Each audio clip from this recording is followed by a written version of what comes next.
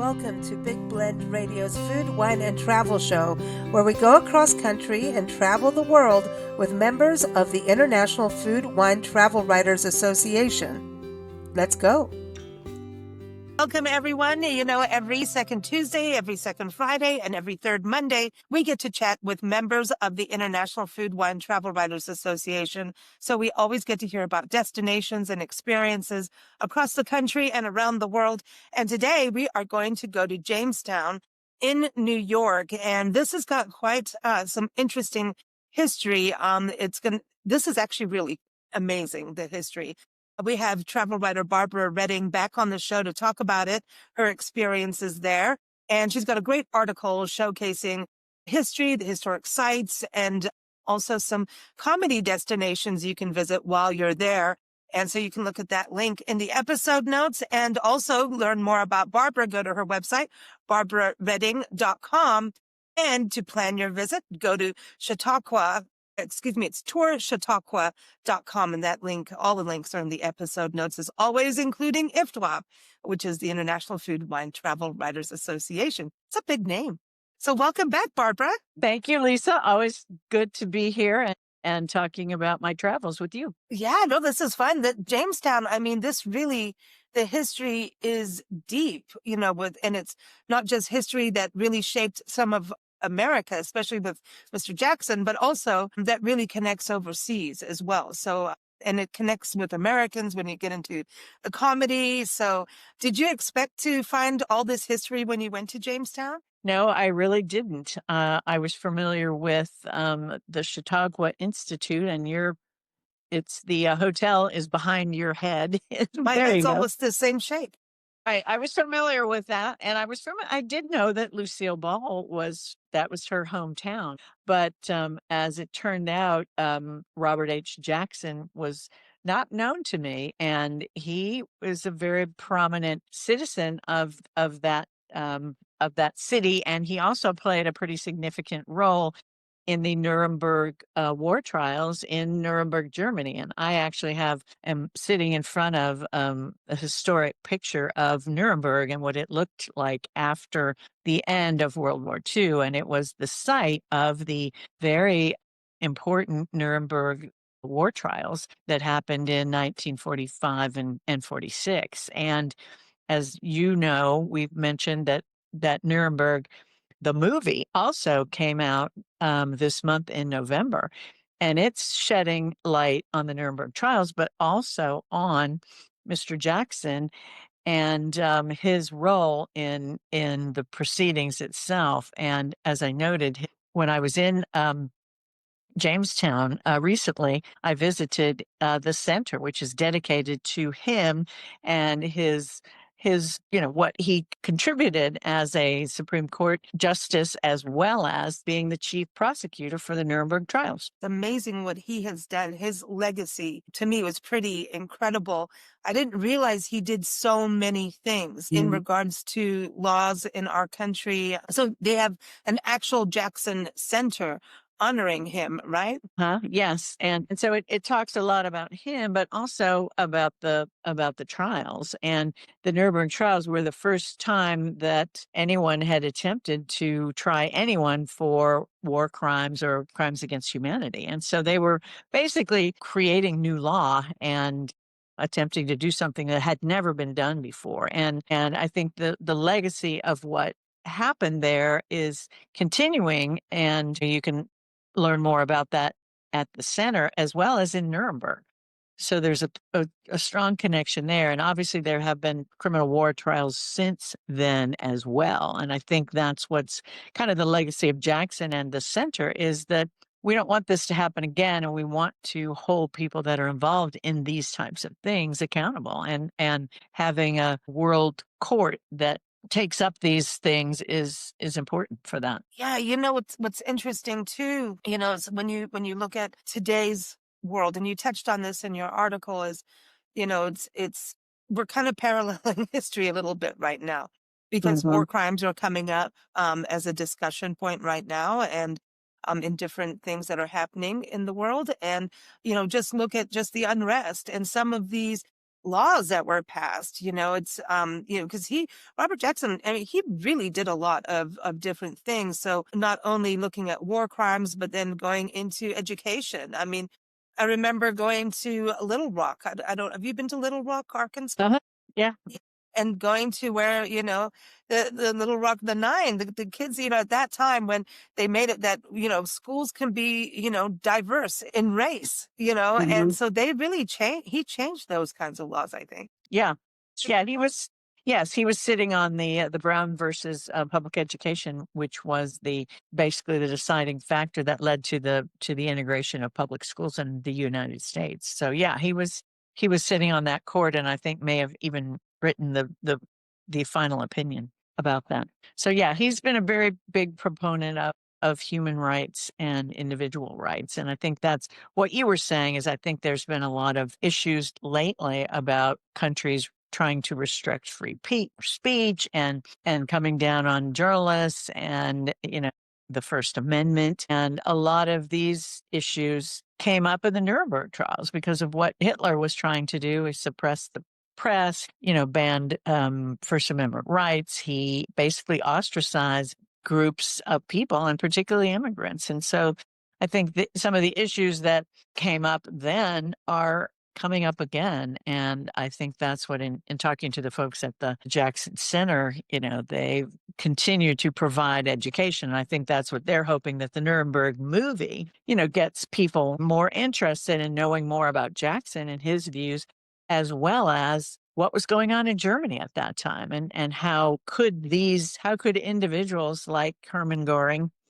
um, sit by and allow the kind of human rights and personal rights and, be violated, and millions of people die in gas chambers. Yeah, no, it's horrific. And, think back, and we have to remember these times, Hmm. whether or not we were there, and it's so easy swept under the rug. And we're at that changing of eras right now with our, they call the greatest generation, the silent generation. And so I think it's really important that movies, but also to be able to connect back to the people who did stand up. I think what's interesting, last year you were on the show, you were talking about Seneca Falls, which isn't that far from Jamestown, this whole No, area. I mean, I that's was true. thinking about this, about women's history in Seneca Falls. And then when you go even further, there's women. Well, we're going to talk about Lucille Ball, right? And more women's history, but the women, what they stood up for in Seneca Falls, for us to be able to have that right to vote and do all these things. There was abolitionists. There was, Harriet Tubman as well. Yeah. Uh-huh. Area is like a wonderful hotbed of people standing up for good.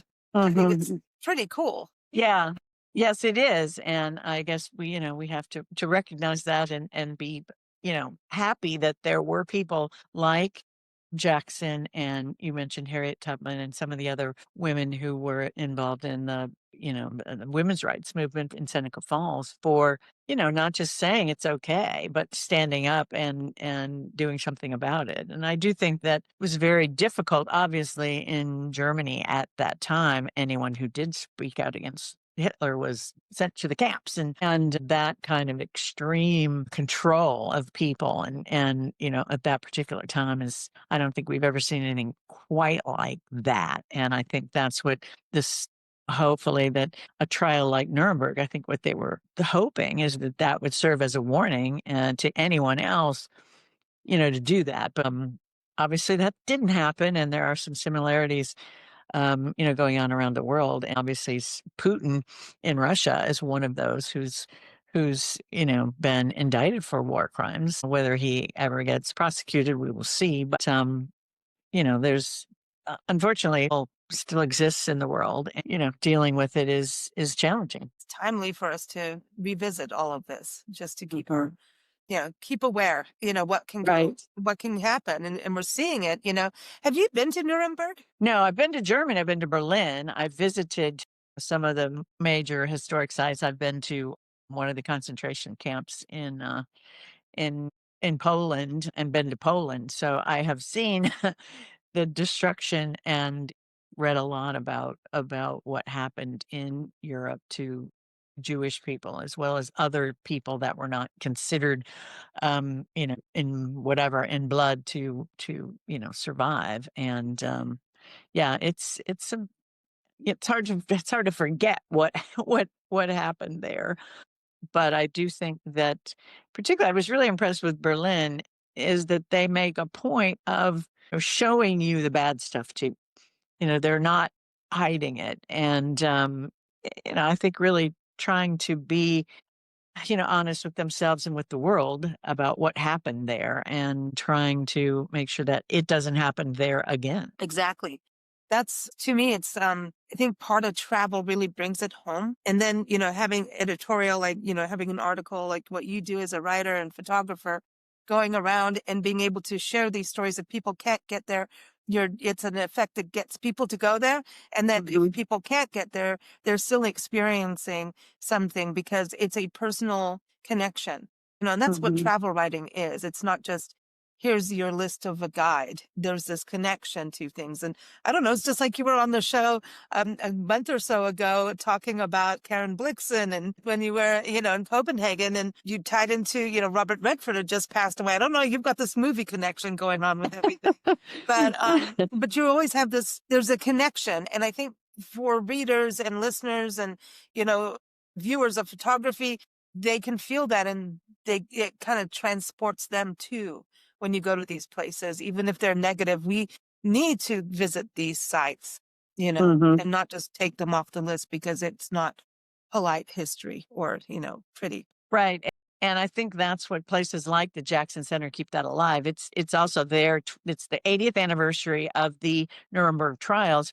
It's also the 25th anniversary of their center. So she was telling me that they're doing things like they're having the author of the book that was the basis for the movie is going to be in Jamestown and at the center talking about the movie and the Nuremberg trials. The president was telling me that she's taking a group of legal scholars to Nuremberg, and they're going to visit the courtroom and go to the museums. And so there is this exchange of information between these people. For me, it was interesting having gone to the Jackson Center and visiting some of the places in Germany and in Poland and the places impacted by World War II.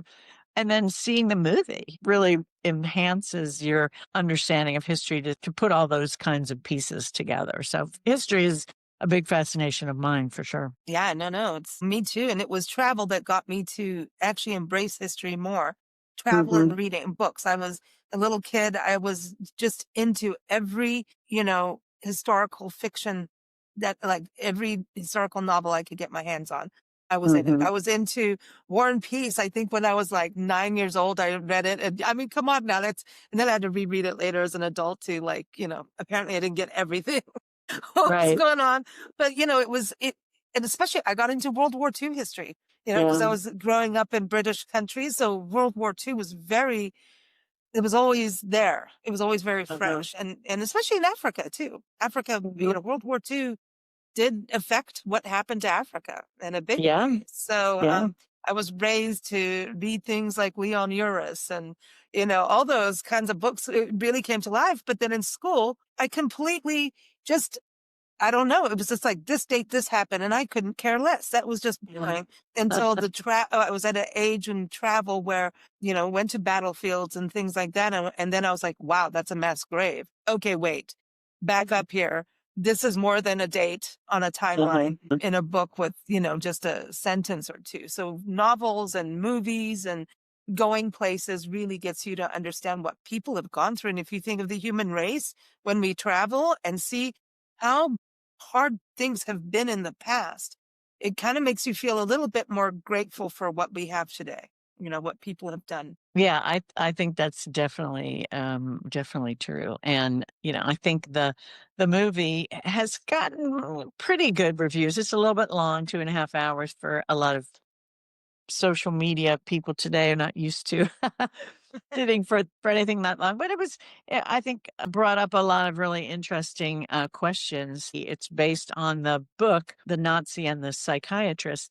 And part of what the psychiatrist in the movie and also in reality was trying to kind of determine is, was there something particularly monstrous about these, the German Third Reich, lieutenants to Hitler, or were they ordinary people? And I think that's one of the things that's kind of hits home in the movie is that that he was basically saying that these were ordinary people who, under these very, horrible circumstances, basically looked away when all of these atrocities were happening. So, it was a little bit of a deeper psychological look at these people than I had experienced in any other way. So it was kind of something new, having learned, as you said, a lot from visiting sites and traveling. Then, seeing the movie adds another dimension to the whole experience too. Jamestown, let's go to some comedy. We need to see this. I was thinking about, the faces from theater, the comedy and drama. I was thinking that this is, Jamestown has that. It's got all this history, drama, and then here comes comedy. We need that relief from it all. But what was that like going to the Comedy Center? Because is that all because of Lucille Ball out there? Because I know she's got a statue. She has a couple, doesn't she? I think one was. Yes. She's, well, yeah, that was, I think, probably the reason that Jax is very interesting, but I think a lot of people come for the Comedy Center and knowing that it was Lucille Ball's hometown. She had a very kind of humble beginning there, and there's the Lucy and Desi Museum, which basically takes her from her childhood to the I Love Lucy, and her being kind of the really our first female comedian that was, so well known, had her own, she was the first woman to have her own TV show, I Love Lucy. Just a fascinating woman. And she loved her hometown. Lucy probably spent most of her life in Hollywood, but when it came time to figure out where her legacy was going to be, she wanted it to be in Jamestown. So when I was there, the home where she was born and raised is being, repaired and will eventually be a site that people can visit. But the museum is fascinating. And then she also, loved comedy. And when, she kind of designated the town as being a future site of the National Comedy Center. And it opened in 2018. And it was really, really cool. As you noted, Jamestown is only about 30,000. It's way out in Western New York. So it's not, I couldn't help but think if it was in a more central location, it'd probably be overrun with people. I do think they do special shows, like comedians that we know of go in and do special shows, and they have a comedy event every year. But I was just really impressed with Lucy and Desi's museum, and then the Comedy Center. It was all interactive. So one of the people in our group did when Lucy and Ethel were working on the line in the chocolate factory. Remember that? Yeah. So you can be filmed actually doing that. They also have a room where you can do your own stand-up. And then, it also gives you kind of a timeline. There's so many comedians you kind of forget, and it connects them all in graphics, and you can sit down and watch old Johnny Carson monologues. It is packed with stuff. One of the more interesting things is they have what they call the Blue Room. So it's the X-rated comedy. So you take the elevator down to I guess it's the basement. I don't know. Your mind's going in the gutter with it. Right, exactly. So, you have to prove that I don't know if it's 18 or 21. I don't remember. I was above the age, so it wasn't an issue for me. But, they kind of just prepare you for some of the comedians that, were rather racy and had to be bleeped on TV. Richard Pryor, George Carlin, Richard Pryor, and quite a few. Some of the ones, a comedian could have a more generic G-rated show, but then they can also have the R's. And so I guess some of the R-rated shows were downstairs. So it was fascinating. I just really was impressed with. Want to go? I'm a fan of comedians, and especially now, I think they're getting in trouble for Yes. Censorship, right? Well, they're also part of, when we think about what's going on in freedom of speech, comedians are really facing it first punches, Yes, and that's so true. and so I think, again, look at what this area is holding on to these values of freedom in so many different ways. Freedom to vote, freedom to go to school no matter what color skin you have, freedom to speak out, freedom of helping, going against war crimes. I mean, just freedom from slavery.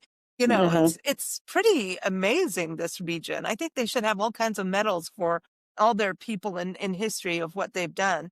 And then you think of someone like Lucille Ball, who was just an incredible, outstanding entrepreneur. Her history as an entrepreneur is incredible, what she's done in history. Yeah, So I think after she and Desi divorced, I mean, she ran the studios, I mean, she was a very powerful and smart woman. No question about it. And funny. Funny and a mom. Well, you better have some, humor if you're going to have children. Yeah. You need it. So I'm loving all of this, but then at the same time in your article, you really get into, there's definitely food and wine. I know that area is known for their wine because it's all connected near it. Is it like in the Finger Lakes or near it when we get there? It's technically west of the Finger Lakes. They have some of their own lakes, but they're not exactly in the Finger Lakes. And they're on Lake Erie, so they have a little bit of a different climate. And it was where they started growing Concord grapes. You remember drinking grape juice growing up. It was kind of, that was one of the key places where they grew the Concord grapes. So and they do have also wineries similar to what you find in the in the actual Finger Lakes area. And, so it was interesting to visit we visited a couple of wineries, and we also did a, visit to the Concord Grape Center and, learned a lot about grape production in that area. Obviously, people have branched out from Concord grape wine into finer varieties, but there's still an interest in that wine, as well as the grape juice that's produced from that wine or from those grapes. Yeah. Well, the Concord grape, Yes, right. They have them too, right? yeah. And we went to a winery, and the winemaker works with at Concord grape. And he took us around to show us the difference in the vineyards. And then he started telling us how, because I'm interested that you went to the center, how the company is structured is, that the employees actually own a part of the company, which I think is pretty cool. Yes. And the grape growers too, the vineyards and all of that, they're obviously part of that too. So yeah, it's a very interesting story about that particular grape region and some of its unique offerings. Yeah, wine. We're all good with wine. Right. Yeah, absolutely. So you went wine tasting, and then also there's breweries too. So, this just keeps going on and on. Right. Yeah, that's true. And there's also, we've mentioned a little bit in the beginning, is the Chautauqua Institute. And that we learned a lot about that too. Founded in the late 1800s by a Methodist minister. And it has been developed into just a gorgeous kind of Victorian style community. And every summer they bring in artists, authors, intellectuals to put on these seminars. And so people come and stay sometimes for the whole 9-week period to participate in just a very high level intellectual and artistic sessions that go on in this pretty unique place. And so they have, they have a lot going on in this smaller community. And you said 20 to 30,000 people. The Jackson Center, you've got the Chautauqua Institute, you've got wineries, you've got all of these things, and comedy centers. So these are some major draws here. So you've got the wine, we need that. You've got the breweries. Lodging wise, it seems like it's a lot of historic hotels kind of thing. Are there bed and breakfast? Tell us about that side of it. They need to accommodate. Yeah, there is a little bit of everything. I mean, I think staying, we just kind of split our time between staying at Chautauqua Harbor Inn, which is a relatively new resort type hotel that's right on Lake Chautauqua.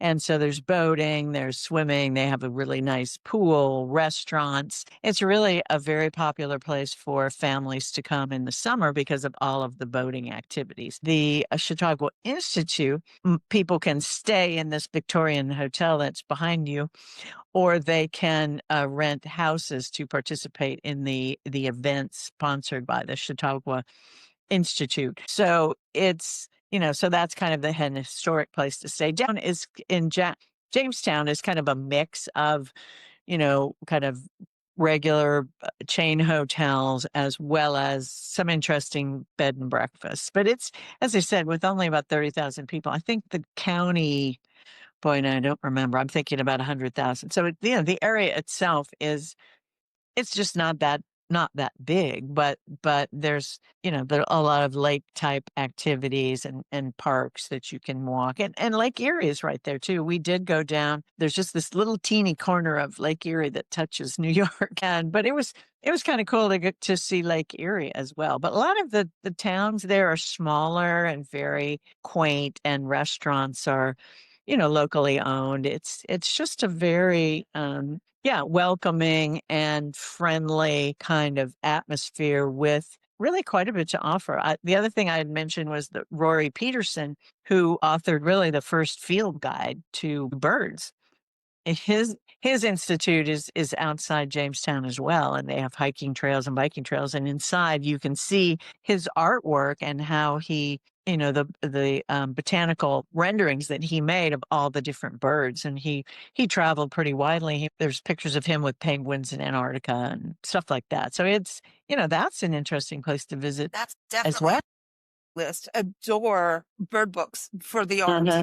Right. There's ones with beautiful photography, and I love photography, but there's something about botanical art, whether it's birds or flowers, that kind of scientific illustration, that because they somehow still capture character of a species. Yeah, and he was good, and then he trained a lot of people after him, and that his museum there is just full of his prints. And as I said, he grew up there, so he started drawing birds in his own backyard, and then as he got better at it, it became his life's work, and no one had really done it until that point. And it's his work is very well regarded today. I mean, I think his first book, and the first botanical bird book, came out in 1934. So it's pretty phenomenal place to visit if you're interested in birds and botanical. I want to go to the parks too. I mean, the outdoors, that's the other thing. It just looks so gorgeous out there. To get outside, get some fresh air. So quality of life is the main thing, it seems, that everyone stands up for and then actually lives it there. Yeah. And it's, I mean, it's about an hour and a half from Buffalo, and the Finger Lakes are, probably 2 hours to the east. So it's, it's accessible. You can, kind of, which is what we did. We spent some time in Corning, and then from there ended up spending 3 days in Chautauqua, and got to see quite a bit of New York. You can also go from there, which we did, up to Niagara Falls. So you can see, that's not too far from Buffalo. So we were able to kind of put that part of, Western New York together and see quite a few things.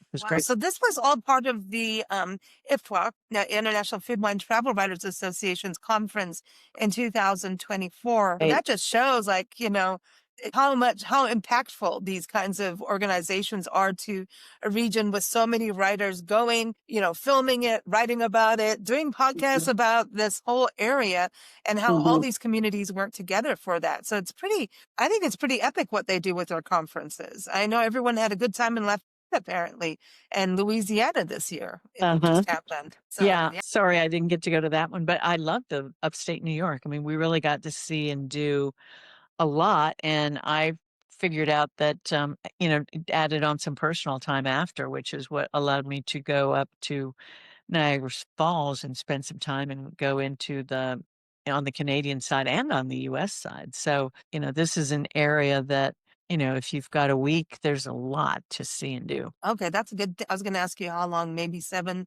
to 10 days to explore the whole region. Yeah, because you could go up to Buffalo. I mean, Rochester's not that far away. And of course, if you're in the summer, or that we were there in the early fall, the leaves were just beginning to change. So it's a beautiful destination in the fall. And we were there in late summer. So I'm not sure I would be up for going in the winter. I know. Well, they just say you got to have different clothes. Right. Yeah. Yeah. Oh, that's a good point too. Jamestown to me sounds like it might have good shopping for people who enjoy that and go into boutiques and to gift shops and Yeah. things, Yeah. something other than the online, everybody has the same thing. Right. Well, some of the best shopping was actually in the Lucy Desi Museum. There were so many cool T-shirts and memorabilia from I Love Lucy. That was pretty phenomenal. And the Comedy Club is the same thing. They were great places to, if you love comedians and kind of that era. There were so many things to shop for. We did not, outside the museums, didn't have a lot of time to shop, but again, a smaller town, and so there weren't chain stores. This is kind of individual, unique stores that you could go to. And the same was true of the restaurants. There are some locally owned restaurants that were lovely, and local produce and goods used in the creation of the meals. It was really, we had some really good dining experiences in locally owned restaurants. Nice, nice.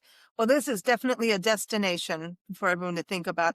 And I love that we've been covering so much about New York State, thanks to IFWTWA, because I think a lot of times people just go right to New York City, not knocking New York City whatsoever. I think it's definitely a destination the whole world should go to.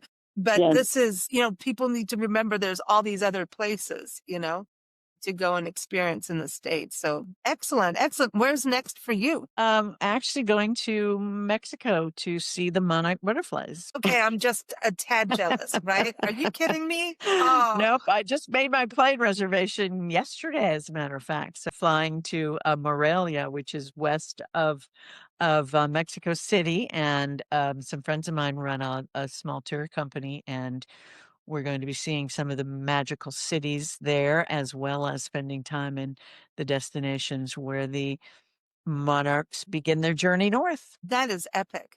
That is epic. I love it. I love it. Well, thank you so much. And how long have you been with IFWTWA now as a member? I joined during COVID, so I guess it's been about 5 years. So okay, cool.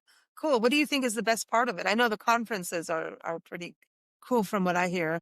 Conferences are good, and they have some really good educational programs too. Like, we had a really good discussion yesterday about AI and how it's impacting travel writing, and how travel writers need to look at it and consider what are the benefits and what are the risks, because it's here. So that was It so as I said, is. so we have some really good educational benefits to help people get better at things like social media and various programs. We also get introduced to different parts of the world. We had some representatives from Flanders and Belgium give us a presentation. So it's a real opportunity to educate yourself about different destinations, get to know your fellow travel writers in a friendly way. And just opens doors, I would say. That's awesome.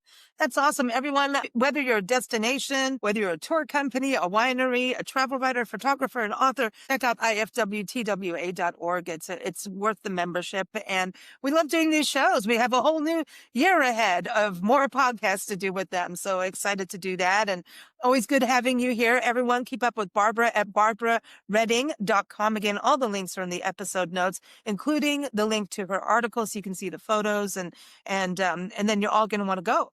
And if you've been there before, it's going to make you want to go back again. And also, to plan your visit, go to tourchautauqua.com. So thanks so much. Thank you, Lisa. It was great to talk to you again. Thank you for listening to Big Blend Radio's Food, Wine, and Travel Show, featuring members of the International Food, Wine, Travel Writers Association. We encourage you to visit their website. We say IFWTWA, which is IFWTWA.org. You can also follow us at bigblendradio.com. Happy travels, everyone!